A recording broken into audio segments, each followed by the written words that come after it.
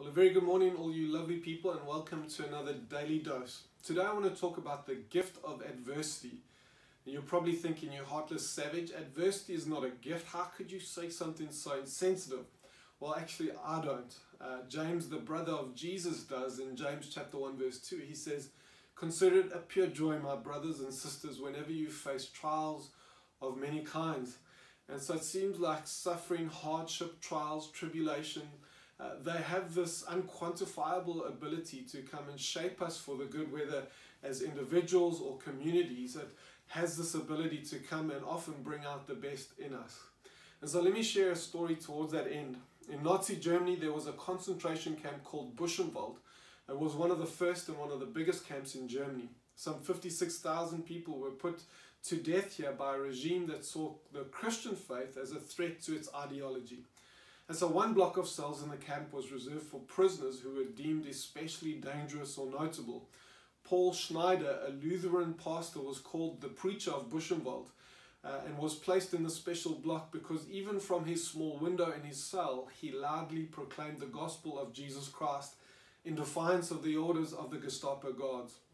Otto Neurer, I think that's how you say his name, a Catholic priest whose work on behalf of the Jews and the other so-called undesirables had made him a threat to the Nazi warlords, was also put in this block. He too ministered in Jesus' name to his fellow inmates in the concentration camp until he was crucified upside down. In adversity, these two men, one a Protestant and the other Catholic, found unity.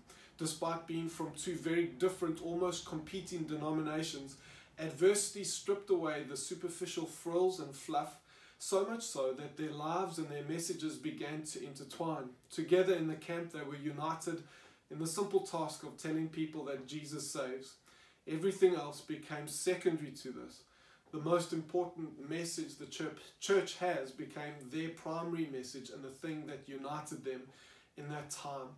And so my point is simple. Adversity is a gift because it has an uncanny ability of stripping away the superficial and rendering life naked. It also has an ability as a result of this to reprioritize our lives. And when this happens, old differences and resentments are surrendered. And so it's amazing to see the evidence of unity across our land and across the world in the last few weeks. We've seen presidents and prime ministers having conversations with each other around how they can help each other and each other's peoples. We've seen government and business talking and problem solving together for the good of others. And we've seen different churches and different denominations and flows partnering together for the good of others.